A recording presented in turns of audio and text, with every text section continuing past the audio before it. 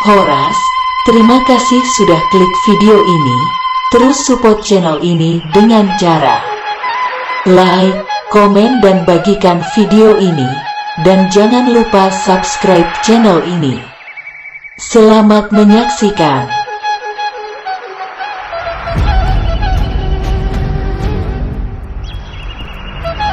Legenda Danau Toba.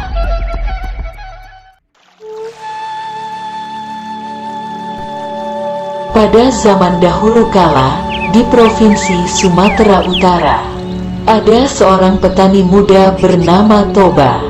Toba adalah seorang yatim piatu. Sehari-hari ia bekerja di ladang. Sesekali dia mencari ikan di sungai yang berada tak jauh dari gubuknya. Ikan hasil tangkapannya biasanya dijadikan sebagai lauk dan sisanya dijual ke pasar. Pada suatu hari, Toba memancing sepulang dari ladang. Toba sangat berharap mendapatkan ikan yang besar, yang bisa segera dimasaknya untuk dijadikan lauk. Terpenuhilah harapannya itu. Tak berapa lama ia melemparkan pancingnya ke sungai, mata kailnya telah disambar ikan. Betapa gembiranya Toba ketika menarik tali pancingnya dan mendapati seekor ikan besar tersangkut di mata pancingnya. Sejenak Toba memperhatikan ikan besar yang berhasil dipancingnya itu. Ikan yang aneh, seumur hidupku belum pernah aku melihat ikan seperti ini.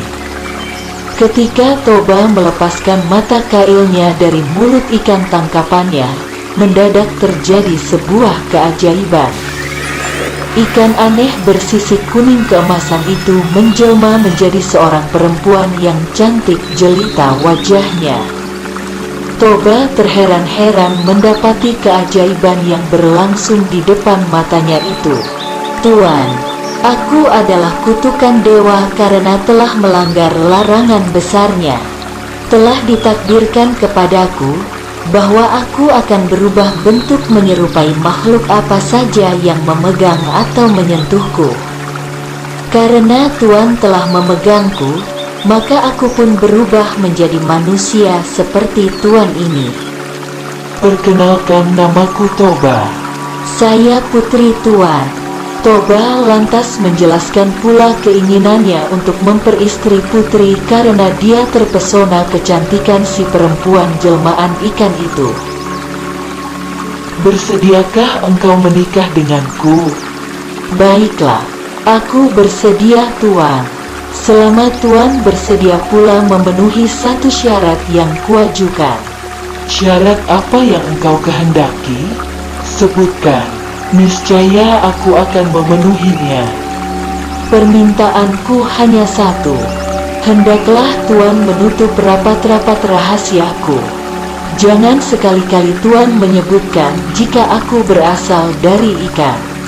Jika Tuan menyatakan kesediaan Tuan untuk menjaga rahasia ini, aku bersedia menjadi istri Tuan. Baiklah. Aku akan menutup rapat-rapat rahasiamu ini. Rahasia ini hanya kita ketahui berdua saja. Kemudian Toba mengajak putri jelmaan ikan itu ikut pulang dengannya. Toba dan putri jelmaan ikan mereka pun menikah. Keduanya hidup rukun dan berbahagia meski dalam kesederhanaan. Kebahagiaan mereka serasa kian lengkap dengan kelahiran anak mereka. Seorang anak laki-laki, Samosir namanya. Samosir tumbuh menjadi anak yang sehat, tubuhnya kuat.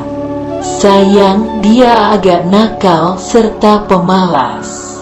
Keinginannya hanya tidur-tiduran saja. Ia seperti tidak peduli, tidak ingin membantu ayahnya yang bekerja di ladang. Bahkan, Untuk sekedar mengantar makanan dan minuman untuk ayahnya pun Samosir kerap menolak jika diminta. Seandainya mau, dia akan melakukannya dengan malas-malasan, dengan wajah bersungut-sungut. Bertambah-tambah malas kelakuannya akibat ibunya terus memanjakannya. Apapun yang dimintanya akan diusahakan ibunya untuk dipenuhi. Samosir sangat kuat nafsu makannya. Jatah makanan sehari untuk sekeluarganya bisa dihabiskannya dalam sekali makan. Toba merasa harus bekerja lebih keras lagi untuk dapat memenuhi keinginan makan anak laki-lakinya yang luar biasa itu. Di suatu hari, Samosir diminta ibunya untuk mengantarkan makanan dan minuman untuk ayahnya. Samosir yang tengah bermalas-malasan semula enggan untuk menjalankan perintah ibunya itu.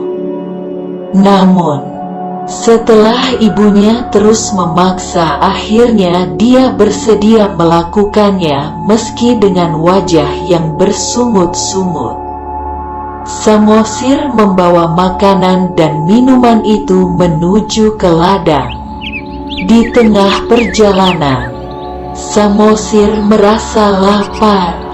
Dihentikannya langkah menuju kebun. Ia lantas memakan makanan yang seharusnya diperuntukkan bagi ayahnya itu. Samosir tidak menghabiskannya semua makanan itu, melainkan disisakan sedikit. Samosir kekenyangan, ia pun tidur-tiduran. Dengan makanan dan minuman yang tersisa sedikit itu, Samosir melanjutkan perjalanan menuju ladang. Setibanya di ladang, Samosir memberikan makanan dan minuman itu untuk ayahnya. Kemana saja kau, Samosir? Ayahmu ini sudah sangat kelaparan. Toba merasa kesal. Toba langsung marah ketika melihat nasi yang diberikan kepadanya adalah sisa-sisa. Siapa yang memakan makananku, Samosir? Aku yang memakannya, ayah. Kesabaran sang ayah sudah habis. Lalu ia memukul anaknya sambil berteriak, Dasar anak tak tahu diri, dasar kau anak ikan. teriak Toba, tanpa menyadari bahwa kata-katanya telah melanggar sumpahnya pada istrinya. Samosir menangis. Anak itu berlari pulang menemui ibunya di rumah. Sang ayah mengejarnya. Samosir, maafkan ayah. Namun terlambat sudah. Samosir langsung menceritakan kepada ibunya bahwa ia telah dipukul dan dikatai anak ikan oleh ayahnya. Setelah mendengar cerita anaknya itu, sang ibu terkejut dan sedih sekali mengetahui suaminya telah melanggar sumpahnya. Benarkah ayahmu mengatakan itu, Samosir? Tanya sang ibu memastikan. Samosir mengangguk sambil mengusap air matanya. Nak, kamu pergilah ke bukit yang tak jauh dari sini. Kamu panjatlah pohon yang tertinggi di bukit itu sekarang juga. Samosir segera melakukan perintah ibunya itu tanpa banyak bertanya lagi. Ia berlari-lari menuju bukit dan langsung mendakinya. Ketika Samosir sudah hampir sampai ke puncak pohon kayu yang dipanjatnya di atas bukit, sang ibu pun berlari menuju sungai tempatnya dahulu. Ketika ia di tepi sungai, ia bersedih hati. Tiba-tiba kilat menggelegar disertai bunyi guruh yang menggelegar. Kemudian ia melompat ke dalam sungai dan tiba-tiba berubah menjadi seekor ikan besar lagi. Bersamaan dengan itu sungai pun banjir dan turun hujan sangat besar. Air sungai itu meluap kemana-mana, menenggelamkan kampung. Si Toba ikut tenggelam. Telah tidak bisa menyelamatkan dirinya sampai akhirnya ia meninggal. Hingga akhirnya semakin lama genangan air itu semakin luas dan berubah menjadi danau yang sangat besar. Masyarakat setempat menamakan tempat itu sebagai Danau Toba. Sedangkan pulau kecil di tengah-tengahnya diberikan nama Pulau Samosir.